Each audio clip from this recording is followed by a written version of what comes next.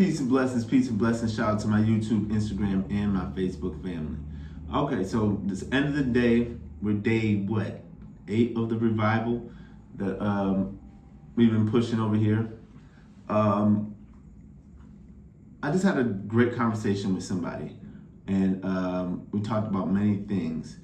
And one thing that the gist of the conversation ends with this, right? And this is something that we all have to learn. Your life is your life. Stop comparing your life to other people's lives. Focus on what it is you want. Not all of us want the same things in life. Not all of us want the same things in life. Some people want to be a multi-billionaire. Some people want a small house in the outskirts of the city with a small farm, and they just want a simple life. You have to figure out what is for you. And I'm going to tell you how you figure out what is for you. What are you just naturally good at? One thing I've noticed is, right, and I've done it myself,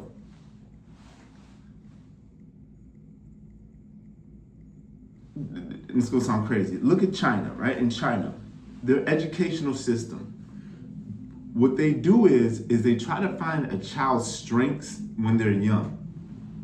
What are they naturally good at, right? So if it's math, science, computers, if it's plumbing, HVAC, what do they do? A mechanic, a carpenter, what do they naturally incline themselves to? And then they build those skills. If this child isn't good at math, he's just not good at math, but he's good at English. Well, maybe you should get him to law, right? Get him into law school or something like that, right? If this child's good at math, let's not worry about English. Just get him into accounting so he can be an accountant. If this child's good at drawing, well, let's become an architect. You have to figure out what is it that you are just naturally good at and try to make a living from that. Right? So there was a point in my life, like I said, I was big money hungry chasing guy, right? It wasn't me. I didn't like it. I really didn't. But what I do like is words. I like words very, very much. You know, I like concepts, ideologies, theology. I'm really good with that type of stuff. And so I had found myself in a space in life, let me put this up, where I was completely off of my divine path, right? And I was forcing myself to become something that I was not, right? And it was going pretty decent, but at the same time, I wasn't happy. I was just it didn't feel right. It was just like, I felt like I wake up every day and I was forcing myself to do something. And I'm like, I don't like the fact that I have to force myself to get up. Okay, well, we've all made certain decisions in life, so you have to have some compromise, right?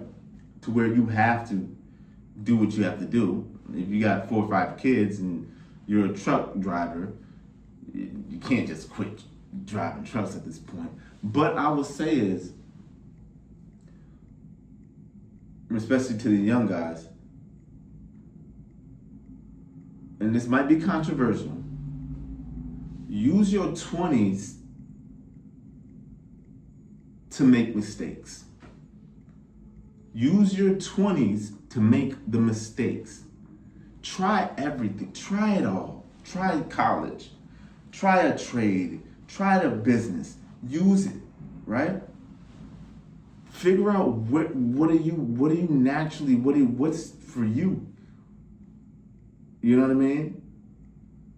Because one thing, I had a conversation with someone and they were just talking about how certain people are just further ahead in life than them. They're doing certain things in life that they wish they could do, and I had to constantly remind them, and I could see the conversation would always go that way. I said, your life, focus on yourself. Stop looking at the world. You can't change the world. The world's going to be the world. But the only thing you can control is yourself. how you think and how you feel about yourself. I take a lot of public transportation. Some people might look at it as that's a bad thing. I like taking public. It might sound crazy. I'm downtown all the time. Parking is extremely expensive. Car insurance. As soon as I tell the car insurance where I'm at, it jumps up an extra $150 a month. So I catch the train. I like it. When I get on the train, I see all type of walks of life. This train that I catch goes straight to the airport. I see a pilot, I see a stewardess, I see a bum. Oh, not to call a bum, but a unhoused person, just raggedy beat up in a corner. I'll see also a woman with 3 kids, 1 baby, just screaming, crying. I'll see a guy just got out of work from construction. You'll see a nurse heading down to the hospital. It's life. Then that's one thing, like I said, where I've developed a lot of different concepts about, like, there's so many different things you can do with your life. It's not stop worrying about other people. It's more of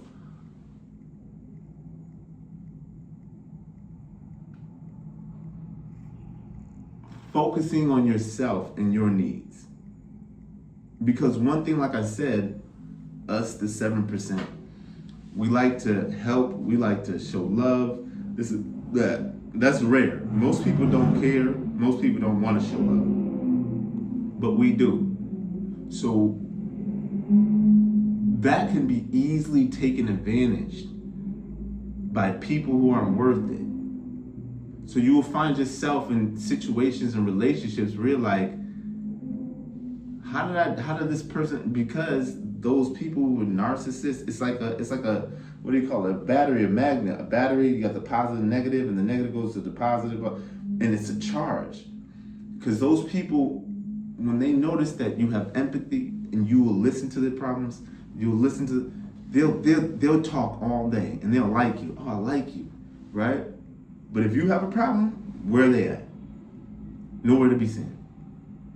You see what I'm saying? So what I'm saying to you is, give yourself that space, give yourself that love, give yourself that empathy and that energy, because when you get out here in this real world, you're gonna realize how many different mindsets that are out here, right?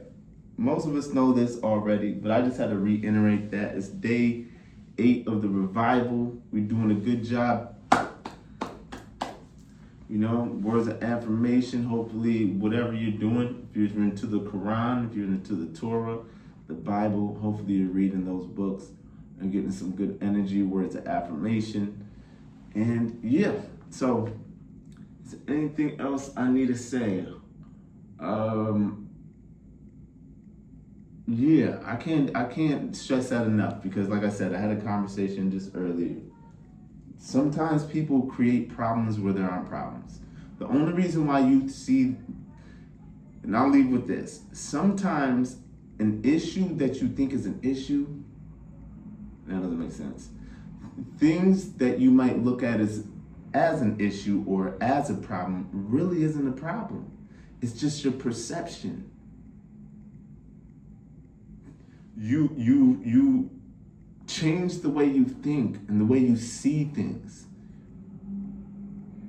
Like I said, I know this guy, the happiest guy I ever met in the last couple of years, used to push carts at a Kroger. Listen, push carts at a Kroger. Every single time I would see him, big old smile. I think he might have been on the spectrum, but his energy was just like beautiful. Like, he just, hey, how's it going? He'd talk to me. And I sometimes, like I said, I'd pass him, but I just noticed, like, it's raining, he's smiling, because his perspective of the world is completely different from mine. We'll look at the guy pushing a cart. He's an older guy. He's not a young guy. But like I said, I think he's on the spectrum.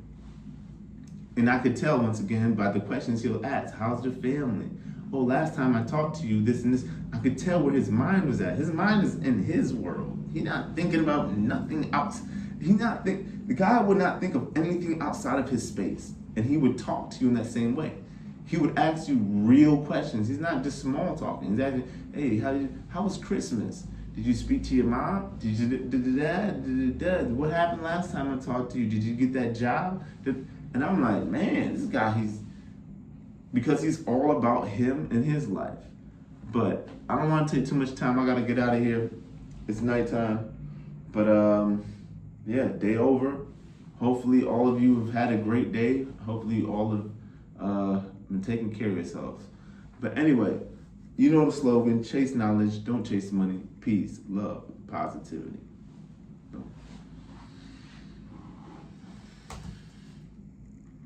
Is that the... Yes, Tony. Let's get done.